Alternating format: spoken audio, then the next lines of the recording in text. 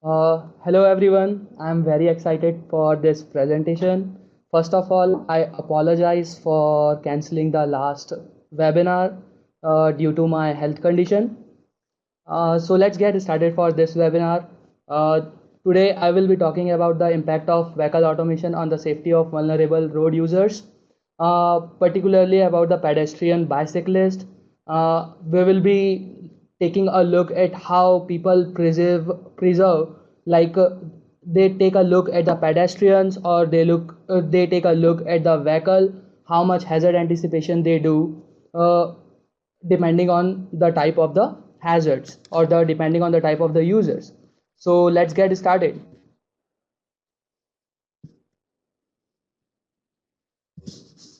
So today's agenda will be, I will be talking about different level of automation. Particularly, we will talk about level 1 automation and level 3 automation, because the experiment 1 is related to the level 1 automation, and experiment 2 and 3 are related to the level 3 automation. And we will see how we can augment latent hazard anticipation using the visual cue or the audio cue. So what is the latent hazard anticipation? Suppose we are traveling on this red car in this roadway, and there are bunch of vehicles parked on the left and right side of the roadway. The black truck is parked just before the mid-block crosswalk.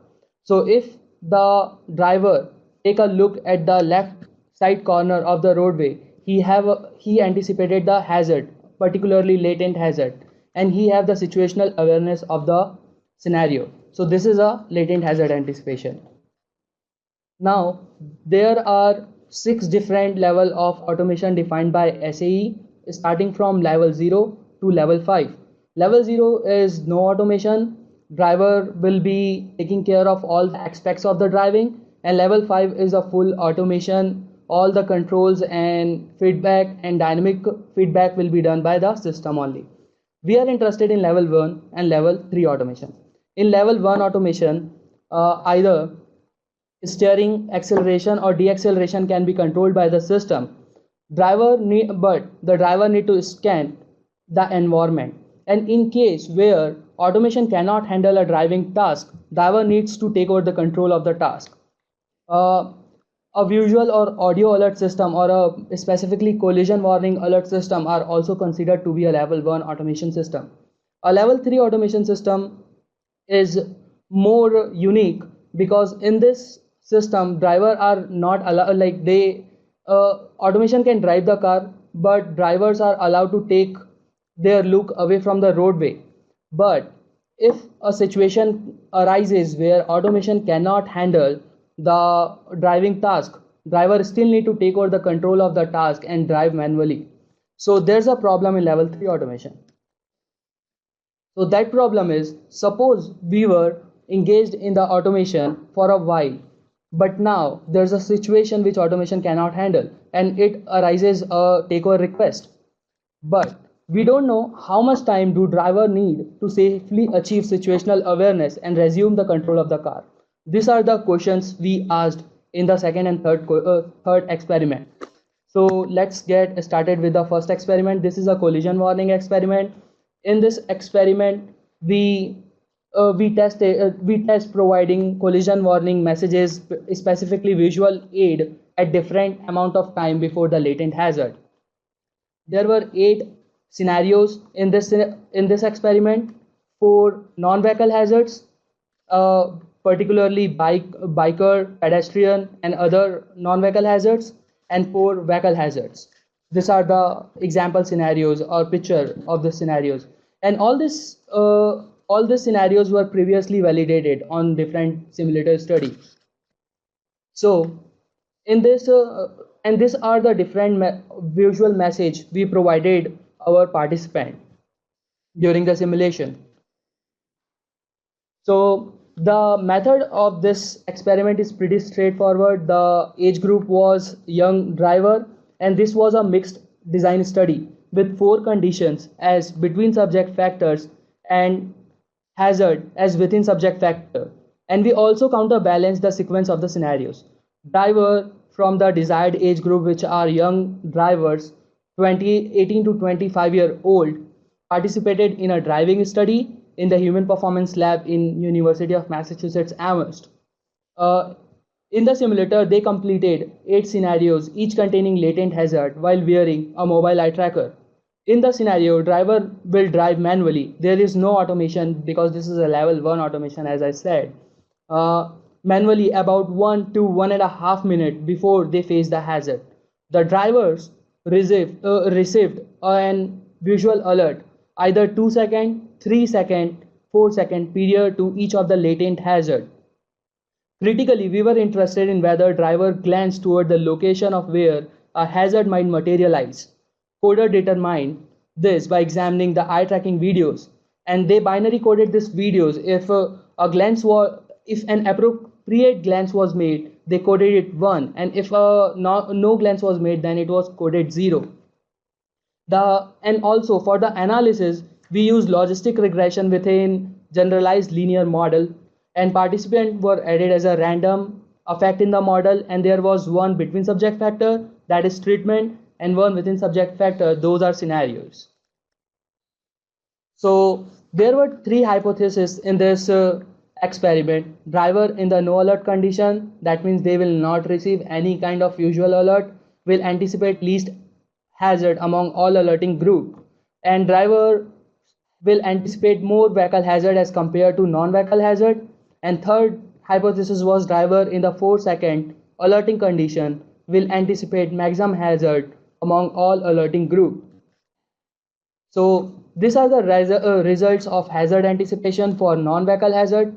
And as we can see in this graph, the hazard, when hazard is non-vehicle, control group anticipated least hazard. And these results are also consistent when hazards were vehicles. So that means control group participant anticipated the least amount of hazard among all experimental groups. So 2-second warning group anticipated at least 15% point more hazards than control group, as we can see in this graph.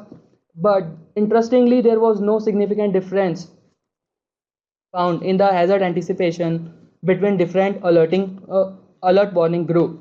That is kind of unique. The same result we saw for the hazard mitigation as well.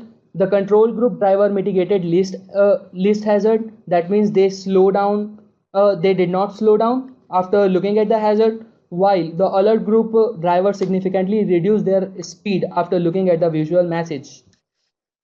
So this was our first experiment.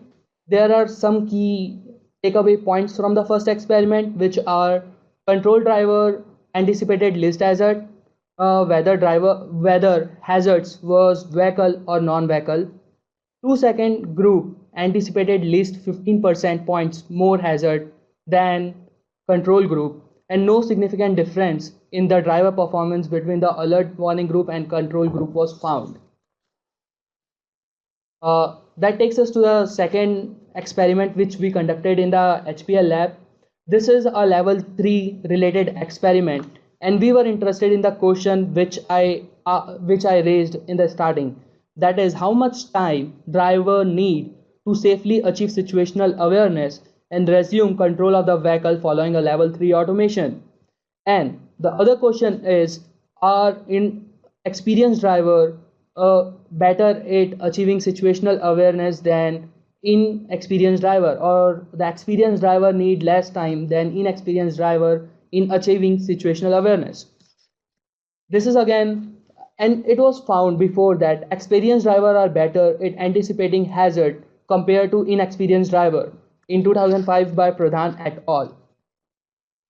So the method for this study was again a mixed design with 2 between subject factors. Those are treatment, control, or one of the transfer condition. There were 4 transfer condition: 4 second, 6 second, 8 second, and 12 second before the hazard. And second between subject factor is age, that is younger adults or middle age adults. And 2 within subject factors are also there in this experiment. Those are scenarios and hazard type, pedestrian or vehicle latent hazards. So again, in this experiment, drivers from the desired group completed a driving simulator study in the human performance lab. In the simulator, they completed 8 scenarios, each containing a latent hazard while wearing a mobile eye tracker. In these scenarios, driver engaged the automation at the beginning of the drive and read text from an iPad. So while they were engaged in automation, they were engaged in a secondary task. About 1 minute in automated mode, driver received an audio alert, either 4 second, 6 second, 8 second, or 12 second period to each of the latent hazard. And again, we were interested in the glancing behavior of the drivers, and we used binary coded data to determine if they glanced at the hazard or not, or they did not glance at the hazard. So we analyze this glance data using logistic regression, but within generalized estimating equation. The model include participant as a random effect, two between subject factors, that is treatment and age, and two within subject factor, as I said before.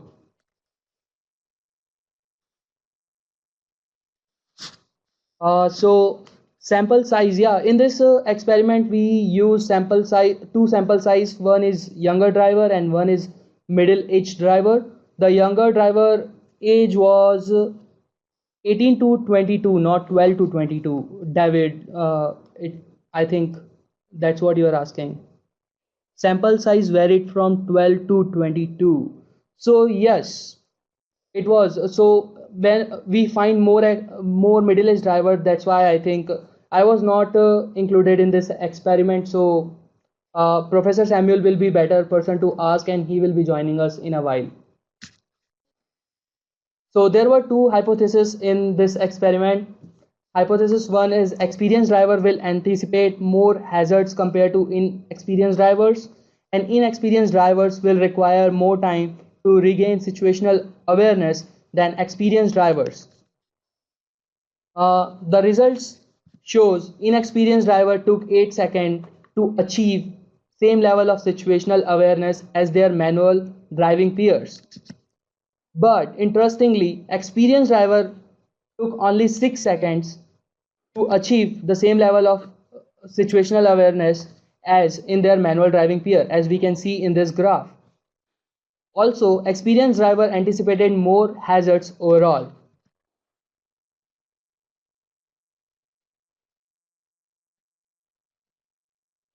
So some key takeaway points from this experiment are: inexperienced drivers need 8 seconds to achieve situational awareness as same as of their manual drivers.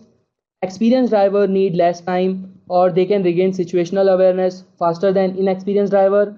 Specifically, after 6 seconds, they were able to regain situational awareness same as their manual driving peers. And experienced driver anticipated more hazard in automation driving and manual driving both. That takes us to the third experiment which we conducted in the HPL lab. This is related to a alert queue specificity. So the question we asked in this experiment is, does the specificity of the alert influences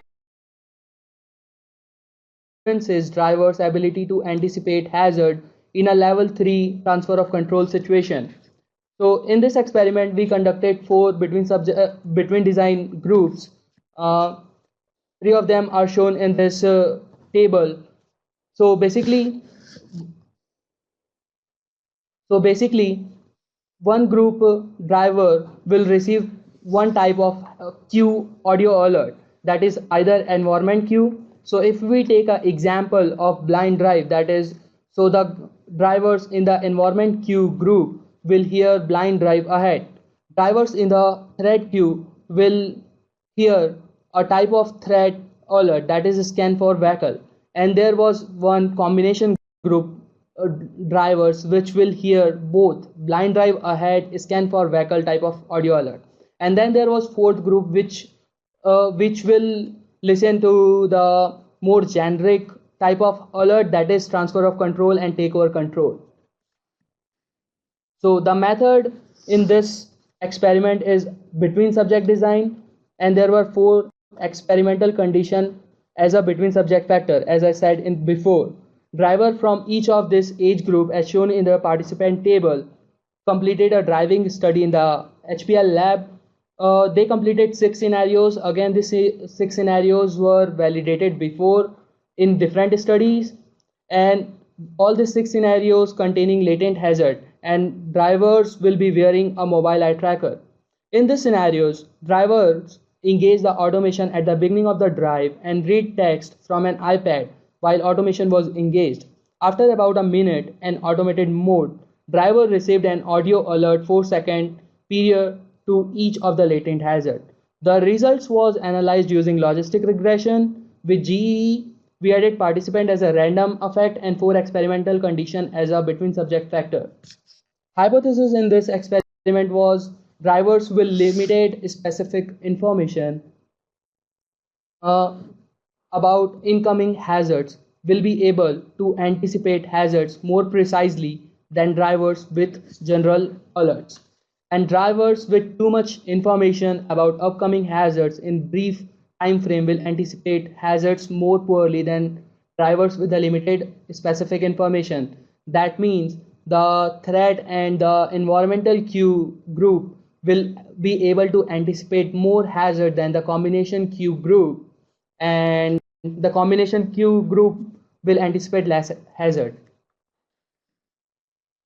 Results from this experiment shows uh, driver anticipate less than 50% of hazard in general Q condition. As we saw before, they need 8 seconds to achieve the same level of situational awareness. In this experiment, we gave them 4 seconds to achieve 4 seconds before the hazard. So that's why their situational awareness or their anticipation is very less.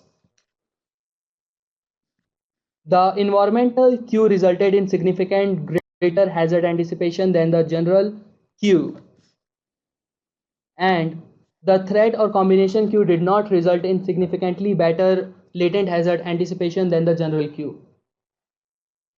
The general cue here is transfer of control and takeover control request. Hazard mitigation shows also similar result. Uh, so general queue condition driver drove faster than the rest of the alerting condition, and these are the few key takeaway points from this experiment. When drivers were given more specific information about the location of upcoming hazard, they anticipated approximately 40% more latent hazard.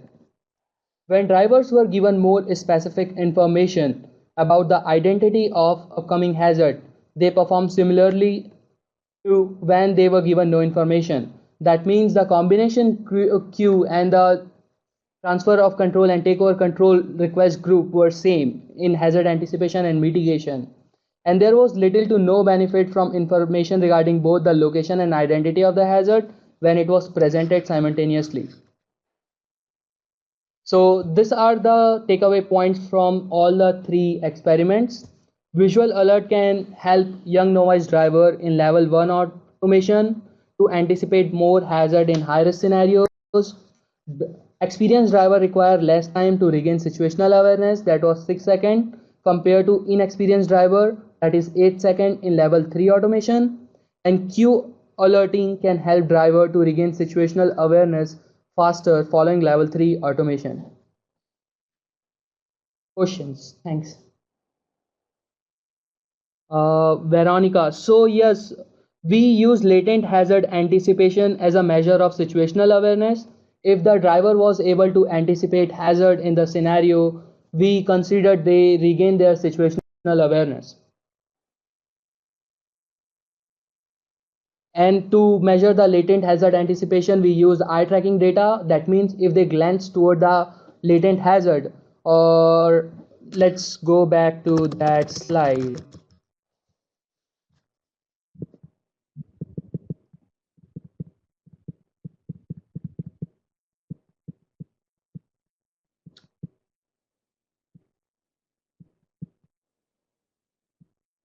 Okay, so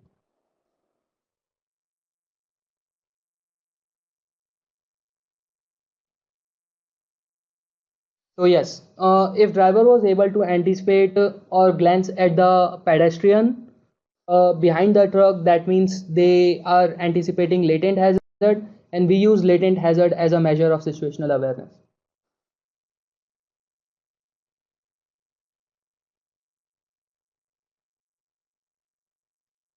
Welcome.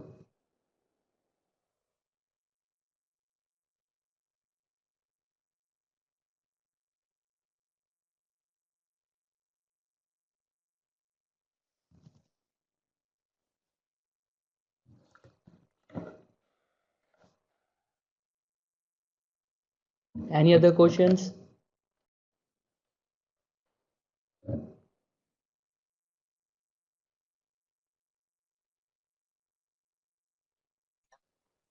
Hi, Ravi.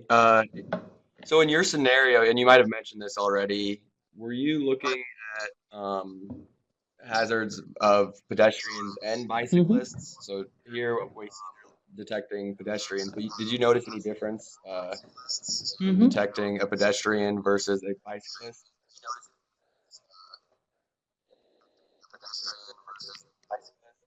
No, we did not look at the pedestrian and bicyclist individually.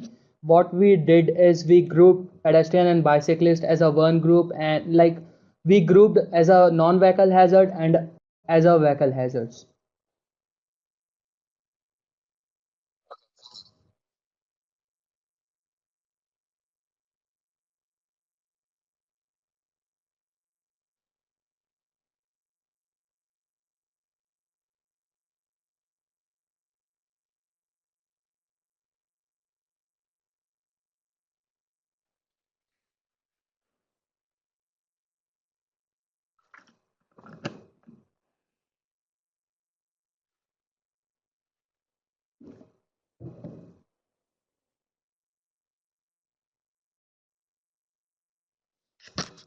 So yes, there was a difference between non-vehicle hazard and vehicle hazard, but it was not significant. To be specific, it was around 4 to 5 percent point difference, as you can see in this graph. So people anticipated more vehicle hazard than non-vehicle hazard in 2 second condition. The control group drivers were as bad whether no matter what it was non-vehicle hazard or a vehicle hazard.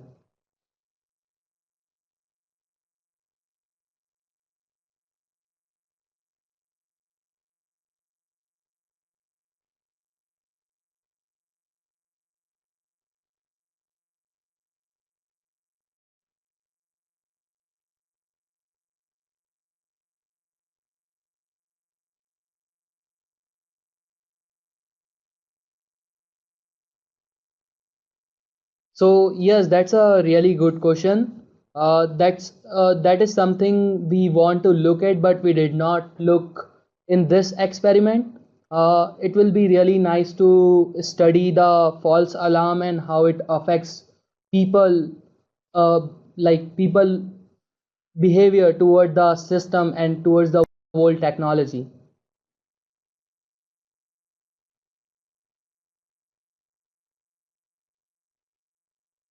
So yes, yeah, right. So yeah, we provided them message before, like we we measured that amount of time and then 2 second before the hazard. So let's say the message was 3 second long, then 3 second of message, and when the message ends, then 2 second before the hazard.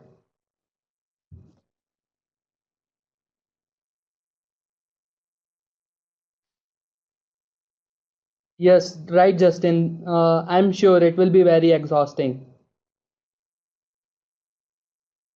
But there are, I think, different types of study which can be which can be conducted. Like not all the pedestrian comes to the road, they might be walking on the sidewalk, so those are not the matter of concern, like immediate matter of concerns, but they are but it's a really tough problem to solve.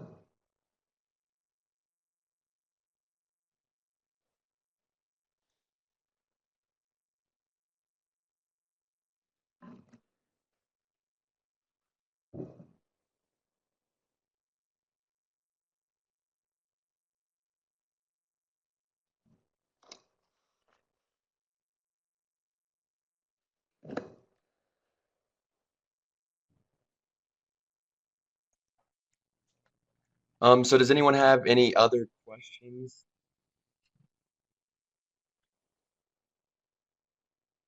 So does anyone have any other questions?